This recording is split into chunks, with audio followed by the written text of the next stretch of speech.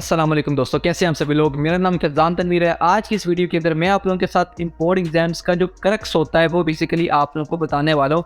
आप लोग 9th में और 10th में, फर्स्ट ईयर में या सेकंड ईयर के अंदर आज की वीडियो आप लोगों के लिए बहुत इंपॉर्टेंट होने वाली है, क्योंकि आज बोर्ड एग्जाम्स को मैं आप लोगों को उसको डिवाइड कर बताऊंगा सिर्फ 2 पॉइंट्स के अंदर। 2 पॉइंट्स के अंदर आपको पूरे बोर्ड एग्जाम्स की जो थ्योरी होती है, फुल फिलोसफी, वो सारा कुछ आपको इस वीडियो के अंदर बताने वाला हूँ और बताऊंगा कि जो एग्जामिनर होता है उसकी क्या फिलोसफी होती है, किस साइकोलॉजी की बेस पर वो आपके पेपर्स को चेक कर रहा होता है। और अगर आपको एग्जामिनर के माइंड से खेलना आ जाएगा तो आपके बोर्ड एग्जाम के अंदर बहुत अच्छे नंबर आ सकते हैं। तो इस वीडियो को आपने कंप्लीट वॉच करना है। जैसे मैंने आपको बताया कि पूरे बोर्ड एग्जाम जो है वो सिर्फ 2 बातों पर डिपेंड कर रहे होते हैं। पहला कि आपने पेपर में क्या लिखा है और दूसरा आपने पेपर कैसा लिखा है। ठीक है, अगर आप इन 2 बातों में एक्सपर्ट बन जाते हो, इन 2 बातों को सीख लेते हो, तो बिलीव मी आपके बोर्ड एग्जाम्स के अंदर बहुत अच्छे नंबर आने वाले हैं। तो सबसे पहले हम लोग चलेंगे नंबर 1 पॉइंट पे कि बोर्ड एग्जाम्स में क्या लिखा है। अगर हम लोग 100 में से बात करें तो 95% बच्चे इस तरह के होते हैं जो कि अपना पेपर कंप्लीट 100% अटेम्प्ट कर नहीं आते बोर्ड एग्जाम्स के अंदर। यहाँ पर वो एक जो मेन पॉइंट होता है ना, वो उसको लूज कर देते हैं। ठीक है, अब देखो कि जब आप एक क्वेश्चन को कंप्लीट पूरा नहीं कर आ रहे पेपर के अंदर तो उसके आपको नंबर नहीं मिलते। ठीक है,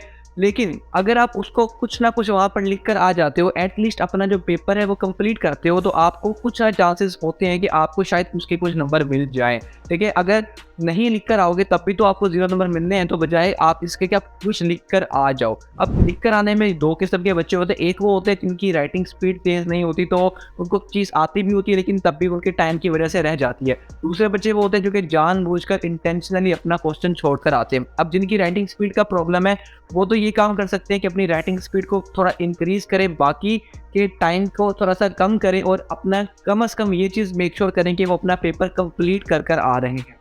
और दूसरी चीज़, जो बच्चे अनइंटेंशनली या इंटेंशनली किसी भी वजह से अपना क्वेश्चन छोड़ते हैं, पेपर को पूरा अटेम्प्ट नहीं करते, तो उनको सिर्फ मैं यही बात कहूँगा कि ना करने से भी तो नंबर कट रहे हैं, तो उससे बेहतर ये है कि आप उसको अटेम्प्ट कर आ जाओ। अब बच्चे सवाल करते हैं कि भैया हमें अब आता ही नहीं होगा तो हम उसमें क्या लिख कर आएंगे। तो उसके लिए दूसरा नंबर वाला पॉइंट है वो ये है कि आपको अगर क्वेश्चन का आंसर नहीं भी आता है तब भी आप उसको लिख कर आओ। अब कैसे लिख कर आओगे, आप ये कर सकते हो कि आपको कोई क्वेश्चन अगर नहीं आता है तो आप उसको अपनी वर्डिंग में लिख सकते हो। ठीक है, लेट्स से कि आपको एक क्वेश्चन है जो कि आता ही नहीं है, लेकिन आपको ने क्वेश्चन पढ़ा, आपको थोड़ा बहुत उसके कॉन्सेप्ट का पता है कि उस टॉपिक के बारे में पता है, तो आप अपनी वर्डिंग में कुछ ना कुछ लिख करो। देखो, अगर आप उस सवाल को छोड़ के आ जाओगे तो उसके तो स्ट्रेट 0 मिलेंगे, लेकिन अगर आप उसके अंदर कुछ ना कुछ लिख कर आते हो तो आपको एग्जामिनर जब पेपर को चेक कर रहा होगा तो उसको ये तो पता चलेगा ना कि इसने इसके अंदर कुछ लिखा हुआ है। जब लिखा हुआ होगा तो बात की बात है कि उसको चेक कर नंबर काटता है या उसको मतलब इग्नोर कर वो आगे बढ़ जाता है, उस पर नंबर दे जाता है।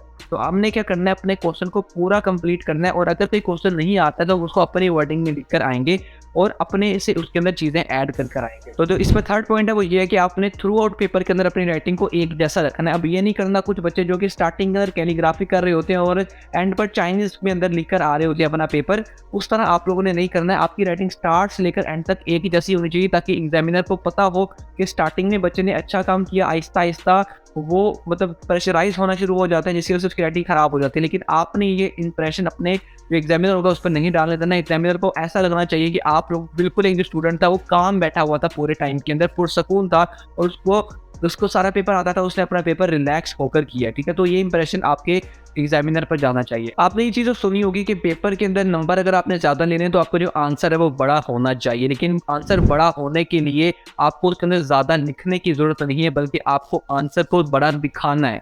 ठीक है, तो उसके लिए आप क्या कर सकते हो, अगर आपको कोई क्वेश्चन आता भी नहीं है या बिल्कुल थोड़ा सा आता है तो आप ये काम कर सकते हो कि आप उसको घुमा फिरा कर लिखो। लेट्स से कि आपका एक क्वेश्चन इसके अंदर 3 पॉइंट्स आते हैं, तो आपने नंबर 1, नंबर 2, नंबर 3 करके 3 पॉइंट लिख दिए। अब आपने नंबर 4 के अंदर पहले वाले पॉइंट की जो वर्डिंग है वो चेंज करके उसको घुमा फिरा कर आप लोगों ने नंबर 4, फिर सेकंड वाले पॉइंट को घुमा फिरा कर आप लोग नंबर 5, नंबर 6, इस तरह अपने क्वेश्चन को एक्सपेंड करोगे। तो जब आपका वो आंसर बड़ा नजर आएगा तो एग्जामिनर के माइंड में अपने आप ही क्लिक कर जाएगा कि इस बच्चे को ये चीज़ आती थी क्योंकि उसने उसके अंदर मटीरियल लिखा है। अब वो तो सिर्फ आपको पता है, या एग्जामिनर जब पढ़ेगा उसको पता चलेगा कि आपने उसके अंदर जो चीज़ें वो उसी चीज़ को आपने दूसरे एंगल से, दूसरे पर्सपेक्टिव से थोड़ा सा घुमा फिरा कर एक्टिव पैसिव कर आप लोगों ने उसके अंदर लिखी है। इससे बहुत कम चांसेस है कि एग्जामिनर आपका वो जो क्वेश्चन है वो A to Z रीड करेगा। अब कैसे आप एग्जामिनर को खुद मोटिवेट करते हो कि आपका वो पूरा क्वेश्चन रीड ना करे, वो सिर्फ आपके बताए हुए पॉइंट्स को रीड कर आगे बढ़ जाए। ठीक है, उसकी बात हम अपने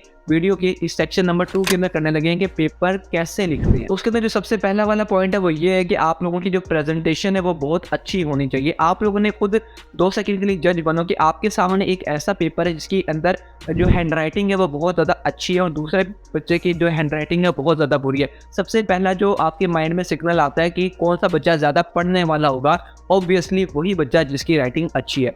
अब ये तो बात की बात है कि उसने उसके अंदर मटेरियल कैसा लिखा है। हो सकता है कि जिसकी राइटिंग अच्छी नहीं है उसको कंटेंट ज़्यादा आता हो, उसको ज़्यादा अच्छी तरीके से तैयारी हो, लेकिन उसकी राइटिंग क्योंकि अच्छी नहीं थी तो उस पर वो एक इम्प्रेशन नहीं गया एग्जामिनर के ऊपर कि इस बच्चे को आता है। क्यों? क्योंकि उसकी राइटिंग अच्छी नहीं थी। आपने कोशिश करनी है आप जितनी अच्छी हैंड राइटिंग, जितनी नीट अपना पेपर करके आ सको आप करो, जितनी प्रेजेंटेशन आप अच्छी कर सको उतनी अच्छी करो। क्योंकि अब वो बात की है कि हमने उसके अंदर लिखा क्या था। पहली चीज़ है कि आपने पेपर को प्रेजेंट कैसे किया, एग्जामिनर तक आपने वो चीज़ लेकर कैसे गए हो। अब दूसरा पॉइंट इसके अंदर शामिल होता है वो ये है कि आप लोगों ने जो इंपॉर्टेंट वर्ड्स हैं उनको हाईलाइट करना है। अब देखो, अगर एक बच्चा है जिसने पूरा एक क्वेश्चन लिखा है उसके अंदर कोई भी चीज़ हाईलाइट नहीं की, अब ये एग्जामिनर की मर्जी है कि वो किस पॉइंट को रीड करेगा। और आप लोग जानते हो कि जो एग्जामिनर होते हैं उनके उन्होंने सैकड़ों पेपर एक टाइम में चेक करने होते हैं। तो कोई भी एग्जामिनर दुनिया के अंदर नहीं होगा जो कि आपका क्वेश्चन ए टू जी पूरा रीड करेगा। वो सिर्फ शुरू के 2-3 वर्ड्स, ठीक है, सेंटर में हल्का सा देख लेगा और एंड पर आपके वर्ड्स पढ़कर आपको नंबर दे देगा, डिपेंडिंग अपॉन कि आपकी प्रेजेंटेशन कैसी है, आपकी राइटिंग कैसी है, क्या चीज़ें उसको ईजी लग रही हैं या नहीं। तो आप क्या कर सकते हो, आप एग्जामिनर को डायरेक्ट कर सकते हो, आप एग्जामिनर को कंट्रोल कर सकते हो कि वो किस चीज़ को रीड करे, किसको ना करे। अब क्वेश्चन के अंदर जो भी इंपॉर्टेंट पॉइंट्स होंगे आप उनको पहले ही मार्कर के साथ लिख दो, अंडरलाइन कर दो, ताकि एग्जामिनर की जो नज़र है आप उसको बता सको कि सिर्फ इस वाले पॉइंट को देखना है, ये इंपॉर्टेंट पॉइंट है। बाकी जो चीज़ें होंगी, बाकी के जो आंसर बेशक आप अपनी वर्डिंग में घुमा फिरा कर लिख दो, 99% चांसेस है कि एग्जामिनर बाकी को नहीं पढ़ेगा, सिर्फ आपके जो इंपॉर्टेंट वर्ड्स आपने हाईलाइट किए हुए थे उनको रीड करेगा और उसके नंबर दे देगा। ठीक है, शर्त ये है कि उसके साथ प्रेजेंटेशन और राइटिंग जो है वो अच्छी होनी चाहिए। तीसरा जो पॉइंट है वो ये है कि अगर आपसे पेपर के अंदर कोई गलती हो जाती है तो आपने कोशिश करनी है कि आप कैंसिल नहीं करना आपने क्वेश्चन को। देखो, जब तक आप कैंसिल नहीं करोगे, आप उस पर कट नहीं लगाओगे, एग्जामिनर को कैसे पता चलेगा एक क्वेश्चन के अंदर की क्या गलती है। एग्जामिनर को तभी पता चलेगा कि यहाँ पर मिस्टेक है जब आपने उसको मार्कर से या पेन से कटा लगाया होगा। ठीक है, तो पॉइंट मेरा ये है कि आपने जब भी अगर आपसे कोई क्वेश्चन में गलती हो जाती है बोर्ड एग्जाम्स के अंदर तो आप उसको कैंसिल मत करो, क्योंकि बहुत ही कम चांसेस है, बहुत रेयर चांस है कि एग्जामिनर को पता चले कि यहाँ पर गलती है। लेकिन अगर आप उसको हाईलाइट कर दोगे, खुद उसको दावत दोगे कि यहाँ पर मेरी गलती है, तो आप सस्पिशियस हो जाओगे एग्जामिनर के माइंड के अंदर, इसने यहाँ पर गलती की है, शायद इसने कहीं और भी गलती की हो। तो वो उस माइंडसेट के साथ आपका पेपर चेक करेगा और जहाँ पर गलती नहीं भी होगी ये सोचकर कि यहाँ पर शायद गलती हो जाए, आपको जो नंबर है वो 0.5 एक नंबर कम देगा। तो आपने जितना हो सके कैंसलेशन से अवॉइड करना है। अगर कहीं हो भी जाती है तो आप उसको एज इट इज छोड़कर आगे बढ़ जाओ, क्योंकि अगर एग्जामिनर की बहुत कम चांस है कि नज़र पड़ जाए, अगर नज़र पड़ भी जाएगी तो वहाँ से वो नंबर काट लेगा। आपने जब कैंसिल किया तब भी तो उसके नंबर कटे ही है ना, तो क्यों हम उसका रिस्क लें, क्योंकि हम उसको ऐसे ही छोड़कर आगे अपने क्वेश्चन की तरफ बढ़ जाएंगे। अब जो नंबर 4 पॉइंट है वो जैसा कि मैंने आपको बताया कि आपका आंसर बड़ा होना ज़रूरी नहीं है, बड़ा दिखना ज़रूरी है। अगर आप अपने क्वेश्चन के अंदर थोड़ा सा अपने वर्ड्स के दरमियान में स्पेसिस को अच्छा कर दो, ठीक है, बहुत तंग करने के बजाय आप एक लाइन में 6 वर्ड्स तक लिख लो। ठीक है, आपका जो क्वेश्चन है वो 4 से 5-6 लाइनों तक अगर चला जाता है तो आपका जो क्वेश्चन है अपने आप ही बड़ा दिखना शुरू हो जाएगा और एग्जामिनर के माइंड में ये सिग्नल ट्रांसमिट हो जाएगा कि इस बच्चे को कंटेंट आता है, इसने लिखा है। ठीक है, इसने कंजूसी नहीं की है, इसने जो प्रॉपर जो इन्फॉर्मेशन थी वो दी हुई है, साथ उसको मार्कर से हाईलाइट भी किया हुआ है। तो ये सब चीज़ें मिलाकर आपके एग्जामिनर जो है वो आपका एक अच्छा इंप्रेशन पड़ता है आपके एग्जामिनर के ऊपर, और एग्जामिनर हो ही नहीं सकता कि आपको उसके अंदर अच्छे नंबर दिए बगैर आगे बढ़ जाए। आपका पेपर हज़ारों बच्चों के जब पेपर्स आ रहे होंगे एग्जामिनर के पास, तो आप लोग ये जानते हो कि पूरी जो पाकिस्तान के अंदर या पूरे मतलब एक कंट्री के अंदर बहुत सारे लाखों बच्चे होते हैं जो कि अपने एग्जाम दे रहे होते हैं। तो उसमें से 80 to 85% बच्चे ऐसे होते हैं जो कि एवरेज या बिलो एवरेज होते हैं, यानी कि जिनकी राइटिंग भी इतनी अच्छी नहीं होती, जिनकी प्रेजेंटेशन की स्किल्स भी बिल्कुल नहीं होती, जिनको अंदर मटेरियल भी नहीं याद होता, यानी कि वो अपने सर से उतार कर आ जाते हैं एग्जाम। ठीक है, सिर्फ 1-2% बच्चे ऐसे होते हैं जो कि बहुत ज़्यादा टॉपर्स होते हैं, जो कि बहुत अच्छी तैयारी कर जाते हैं। तो आप भी अपने आप को टॉपर्स में गिनवा सकते हो, बेशक आपको उसका अंदर जो मटेरियल है वो नहीं आता, सिर्फ अपनी प्रेजेंटेशन की बेस पर कि आप पेपर को अटेम्प्ट कैसे कर आते हो। आप खुद देखो कि अगर आपके सामने आपने 10 पेपर चेक किए जिनकी राइटिंग नॉर्मल सी थी या बहुत प्रेजेंटेशन माइनर सी उसने किया, बिल्कुल भी नहीं की हुई थी। अचानक से एक पेपर ऐसा आता है जिसके प्रॉपर मार्जिन लाइन्स लगी हुई हैं, प्रॉपर हेडिंग्स बनी हुई हैं, मार्कर का अच्छा तरह यूज़ किया है, प्रेजेंटेशन की है, इंपॉर्टेंट वर्ड्स को हाईलाइट किया है, तो अपने आप ही एग्जामिनर के माइंड में वो पर्सपेक्टिव बैठ जाता है कि इस बच्चे को लाजमी चीज़ आती होगी, इसने अगर इसकी राइटिंग अच्छी है तो इसका मतलब है ये कॉन्फिडेंट था अपना पेपर करते हुए,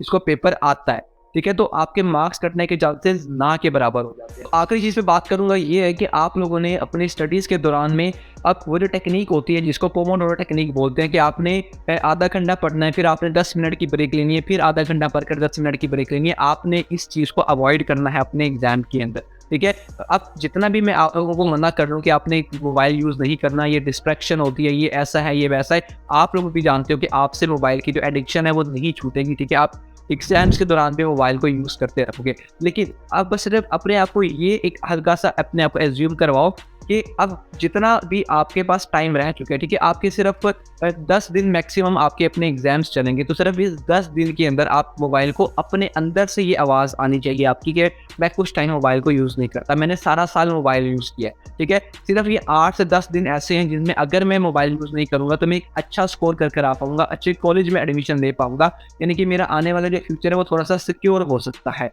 तो सिर्फ अपने आप को ये एहसास दिलाओ कि अगर मैं मोबाइल यूज़ कर भी रहा हूँ तो एक तो मैं उसको बहुत कम टाइम के लिए यूज़ करूँ, क्योंकि मैं ये तो बिल्कुल भी नहीं हो सकता कि मैं एक टाइम आए मैं खुद ही मैंने मोबाइल बिल्कुल यूज़ नहीं करना। ठीक है, आप मोबाइल यूज़ करो, ठीक है, लेकिन उसको बहुत ही ज़्यादा लिमिटेड टाइम के लिए और बहुत ही ज़्यादा एक अच्छे वे में यूज़ करो कि बजाय कि सोशल मीडिया पर टाइम वेस्ट करने के। ठीक है, आप चीज़ें सीखो, आप अपने बोर्ड एग्जाम्स को कैसे अपने प्रिपेयर करना है, आप टॉपिक्स को की कॉन्सेप्ट्स लो। ठीक है, तो इस तरह अपने टाइम को गुजारो, अपने मोबाइल का जो यूज़ है वो कम से कम करो। ठीक है, अंदर से ये आवाज़ आपकी आएगी तभी आप इसको रिड्यूस कर पाओगे, और सिर्फ 8 से 10 दिन है, इसके बाद तो आप लोगों के पास दोबारा मोबाइल आ जाएंगे और आप फिर, क्योंकि आज के बाद आपके पास टाइम काफ़ी ज़्यादा होगा तो आप इंजॉय कर सकते हो आराम से। लेकिन ये जो कुछ टाइम है 8 से 10 दिन बहुत कम टाइम है, आपको पता भी नहीं चलना ऐसे गुजर जाना है। ठीक है, इसके अंदर आप अपने ऊपर थोड़ा सा कंट्रोल लेकर आओ कि मोबाइल फ़ोन को टाइम वेस्टर्स के लिए यूज़ ना करो, बल्कि अपने एग्जाम्स में नंबर को बढ़ाने के लिए यूज़ करो। ठीक है, बहुत इंपॉर्टेंट पॉइंट मैंने आपके सामने रखा है। और दूसरा काम ये कर दो